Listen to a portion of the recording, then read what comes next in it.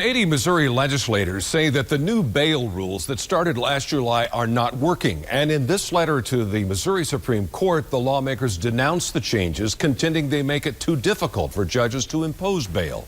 Sarah Forhetz tonight on their frustration and the risk to public safety. Crime scene video after two gunmen walk into a Kansas City bar back in October and open fire. 4 people were killed and 5 others wounded.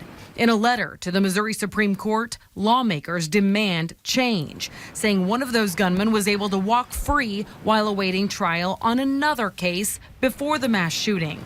Officers all over the state say the system is flawed and favors criminals. That is the frustrating part, is that when you finally do get justice and someone thinks this person's going to be doing time for committing a crime against me, and they get 5 years and you see them back in society in 5 or 6 months. Greene County Sheriff Jim Arnott essentially says it pulls a wool over the public's eyes because you hear someone gets 10 years, but in reality, they are not locked away for even close to that. Our inmate population is people that reoffend.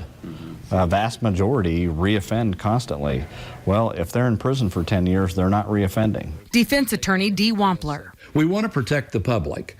On the other hand, just because a person is charged with a crime, he has a presumption of innocence, and he shouldn't be sitting in jail just because he's poor. Supreme Court Justice Zell Fisher said of the state's changes, quote, "Too many who are arrested cannot afford bail even for low-level offenses and remain in jail awaiting a hearing.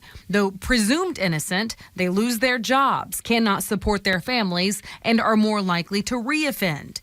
He goes on to say we also have a responsibility to ensure those accused of a crime are fairly treated according to the law and not to their pocketbook. The problem is a lot of the people are not showing up.